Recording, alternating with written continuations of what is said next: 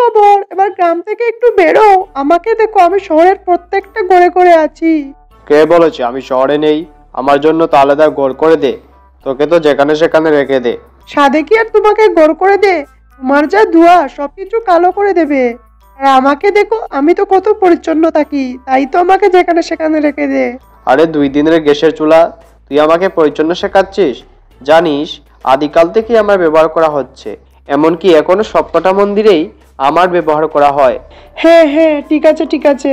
তোমাকে না হয় আদিকাল থেকে ব্যবহার করা হচ্ছে, কিন্তু তোমাকে দিয়ে রান্না করা যা কষ্ট, লোকেদের একদম চোখে জল চলে আসে। আর আমাকে দেখো, আমি কত তাড়াতাড়ি রান্না করে দেই এবং কারো কোনো কষ্ট হয় না। আরে চুলা, তুই তো সেটা বলে যাচ্ছিস যে তোর দাম কত বেশি। আর আমাকে দেখ, আমাকে তো গাছের শুকনো লাকড়ি দিয়ে জ্বালানো যায়, যার জন্য সবাই খুব সহজেই এফোর্ড করতে পারে। আরে ছাড়ো ছাড়ো, সবাই এফোর্ড করতে পারে। আর আমার একটা স্ট্যান্ডার্ড আছে।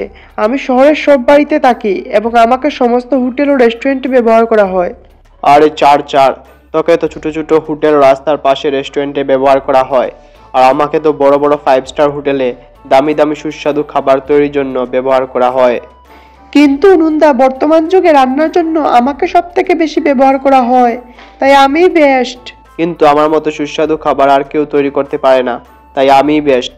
না, আমি বেস্ট। আমি আমি ছাড়, তবে আমাদের মধ্যে কে বেশ সেটা না হয় জনগণই বলে দেবে।